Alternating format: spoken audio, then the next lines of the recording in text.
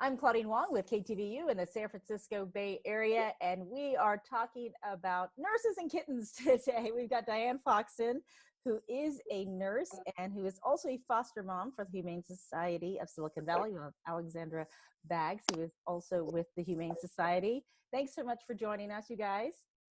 Thank you.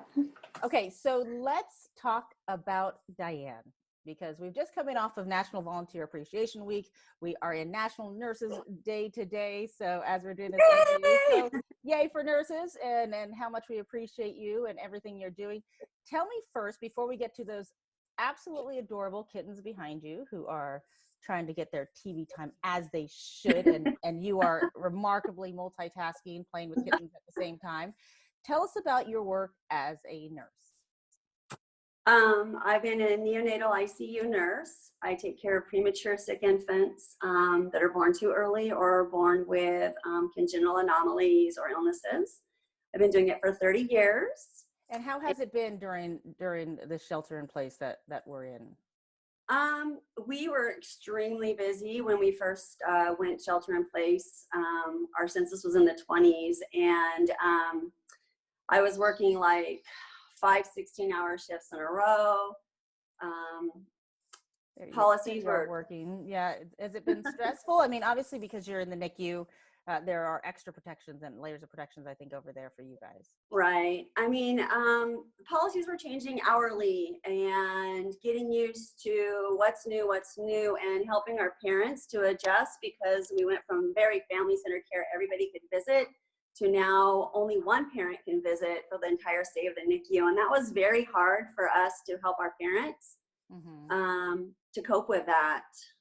Yeah, and this is a picture. I love this. This is the thank you that you guys get sometimes when the first responders can come out there and give you a little lights and a little applause.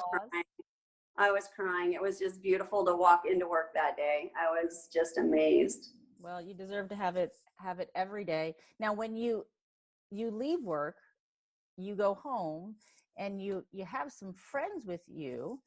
Tell me about fostering, because it's not like you're not busy enough, and right. and yet you decide, okay, I need some more friends. So I have been fostering for the Humane Society of Silicon Valley since 2009. Actually, no, sorry, 2012. And I started taking very, very sick neonate kittens when my veterinarian started working with Humane Society of Silicon Valley. And then somehow I ended up with, my specialty is ringworm, very sick ringworm, foster kittens. Ringworm kittens usually end up anywhere else in the USA being put to sleep, because it's a very labor-intensive care that they require. So you're not just fostering any animals, you are fostering very specific animals. I specialize.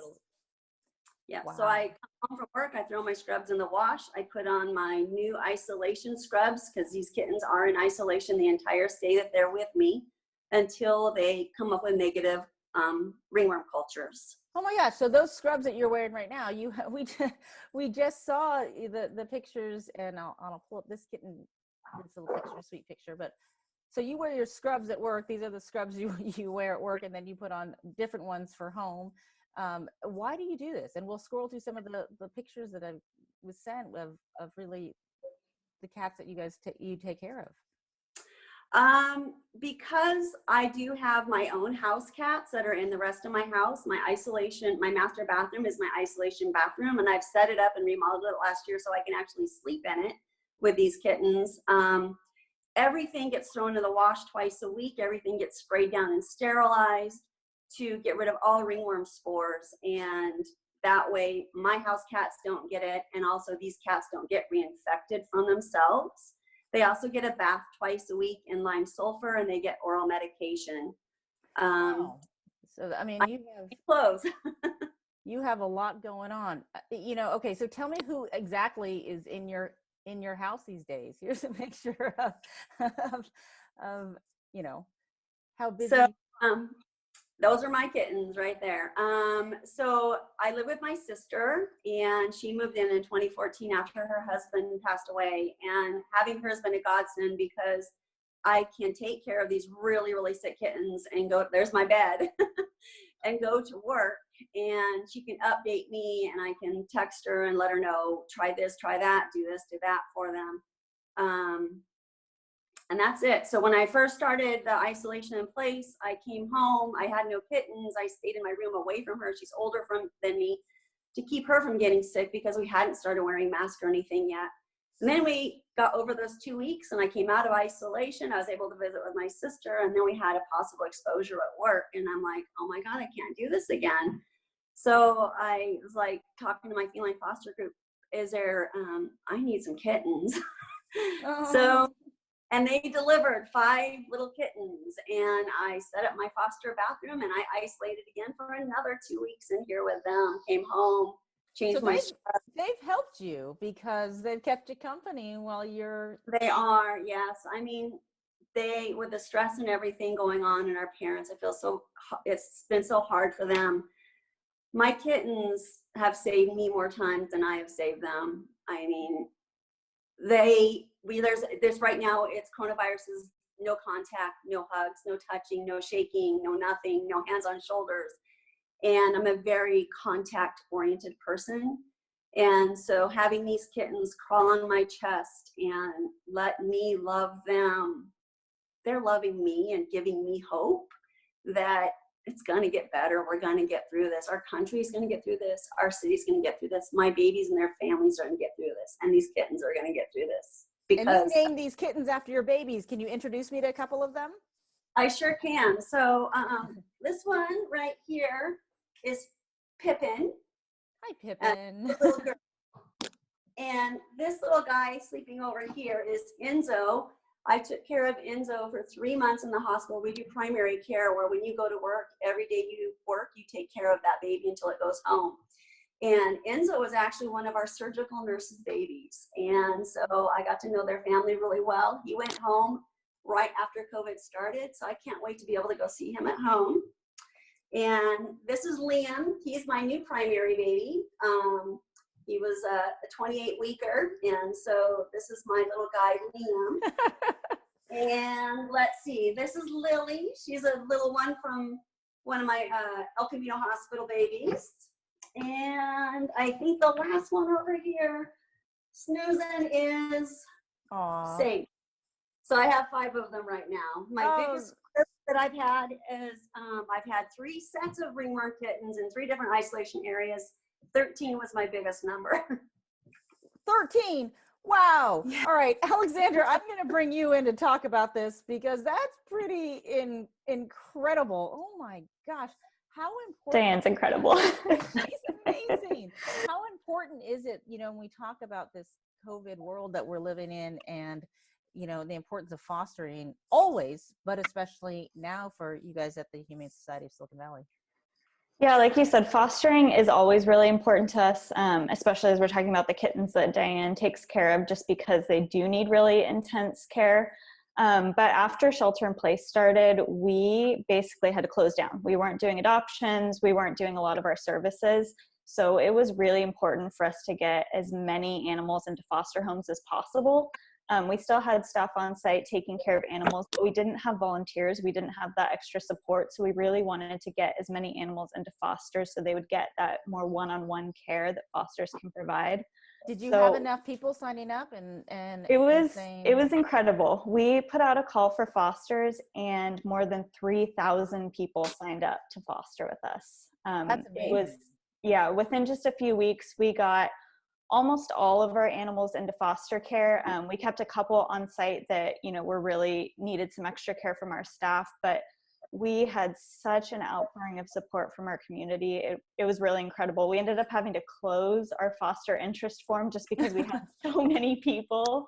But because we had so many people sign up to foster, we were able to continue to help other shelters in our community and beyond by taking in the animals that they really needed help with. In the past few weeks, we've really focused on taking animals from other shelters that have really intense medical needs, and our fosters have been amazing in taking those guys into their homes and caring for them. I mean, it is special when you have someone like Diane, when she talks about the amount of work that is required. Fostering's already kind of, you do have to open your life and your world, but the medical issues also create, you know, an added challenge. Right. Like you said, it's an adjustment to bring a new animal into your home regardless, but doing the kind of intensive care that people like Diane do is just really a step above. Do you, Diane, you know, I mean, this is just the world you live in. Like, you are just a giver and a helper and a nurturer, and that's just how you're built, obviously, in terms of your career and your profession and what you do on your off time. You know, you never just sit around, apparently, and Nope. relax. But for people who like are on the fence, because I've seen people, a lot of people, you know, I've seen people get, you know, add that furry pet to their family.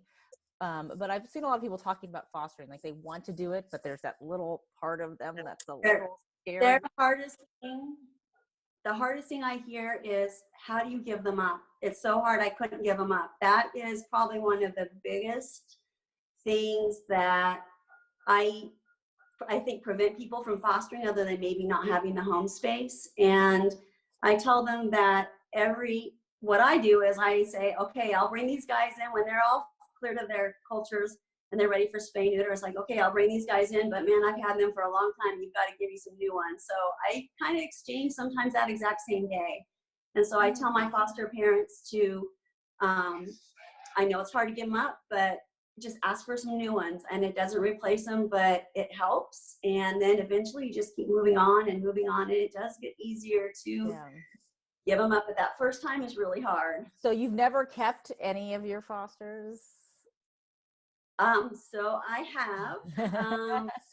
All my life I've been an animal person, and my cats have always found me, so I've never got to pick.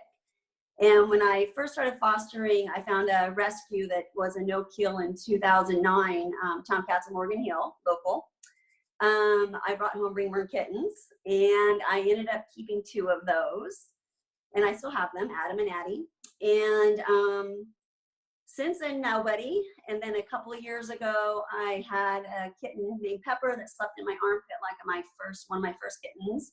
And so I've had 3 actual foster fells since 2009. And how many animals have you fostered? Do you even keep track of the number? I want to say ringworm kittens over 130 since Wow. 2014. Some of my kittens are with me for up to 6 months. Yes, I mean, is that, Alexander, is that not, that's not typical, right? Like, so That's absolutely not typical. Did I sign up? How many are you, you know, is it a 6 month? Is it I mean, what do you? So most people that foster kittens foster them for a few weeks. Our kittens usually go up for adoption at about 8 weeks old. Diane is fostering kittens that need a lot of special care. It just takes a long time for a ringworm to finally leave a kitten. And like she said, that can sometimes be months. So that's absolutely not typical to have a kitten in foster for up to 6 months. It does happen. But I think it's so important, Diane, that look at you loving on those kittens. How they're cared for in this time determines when they go to their forever home, how they interact with people, and how they are able to kind of adapt to environments. I mean, those are some easygoing kittens. They're snuggle up together, and I mean, I think that's Tired.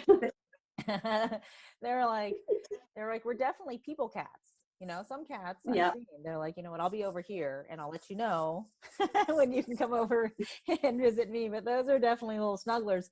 Alexander, I think that's probably important for people to realize too. I mean, this fostering process, especially if you have young ones. I mean, if you're fostering an older animal, I think it's also a little different too when you're bringing in the kittens into your home, right? Yeah, one of the most important things that our fosters do is socialize our animals. So get them to be those really snuggly kittens, and, you know, animals that are really comfortable around people. So it is really a dedication of their time to socialize them properly. And how many, you know, for the people who are fostering, who are worried that they won't be able to give them back, as Diane said, do you think that a lot of these fostering situations might lead to permanent adoptions? Absolutely. I mean, we always have people that end up keeping their animals. What's really amazing is we've had a lot of people who, you know, have started fostering, they've adopted some of their first animals, and then they've gone on to keep fostering with us, and realize that they are able to give them back. They are able to help us find them other homes. So we're really, really appreciative of the people that continue to come back and continue to foster for us. Are they fostering them longer because of the coronavirus? You know, there's not as much of a bring them back situation in It's this kind way? of the opposite right now. The adoption demand right now is just intense. Tons of people want to adopt right now. It's a great time. People are home. They have the time to help an animal adapt to their home. So we are having them foster as long as they need, but really we're bringing in animals almost every single day back to the shelter to be adopted. Oh, and that's good news. Forever homes It's are, great are news. are great news for the shelters, and I think that's been a silver lining, that as people bring these animals home, they realize, Absolutely. you know, I've seen a lot of puppy posts on Yeah. Facebook.